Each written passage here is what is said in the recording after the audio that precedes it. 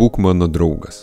Tai nevyriausybinė gyvūnų prieglauda, įsikūrusi Klaipėdos rajone, Glaudėnų kaime, Kaukėnų gatvėje 9. Įstaiga oficialiai registruota 2011 m. birželį, tačiau gyvūnų gelbėjimo veikla pradėta dar anksčiau, kai gyvūnai buvo laikinai globojami savanorių namuose.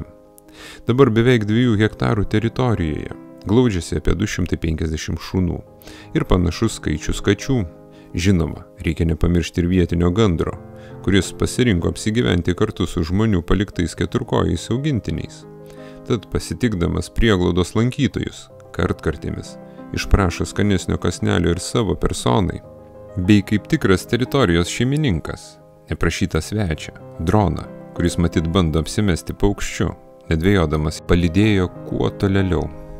Per pastaruosius metus įstaiga stipriai išsiplėtė, o jos steigėjai neslėpė, jog tokia plėtra nebūtų įmanoma be gerų žmonių paramos. Nors ir ne visiems gyvūnams pavyksta atrasti naujus namus, tačiau dalis iš jų čia sulaukė jau 17 savo gimtadienio.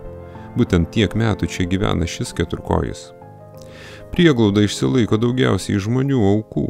Valstybinis finansavimas dažnai nepadengia visų išlaidų, todėl gyvūnų maitinimas, gydymas ir sterilizacija vykdomi iš paaukotų lėšų. Gyventojai kviečiami skirti 1,2% savo pajamų mokesčio prieglaudos veiklai. O daugiau informacijos apie šią įstaigą galite rasti jų internetinėje svetainėje būkmanodraugas.lt.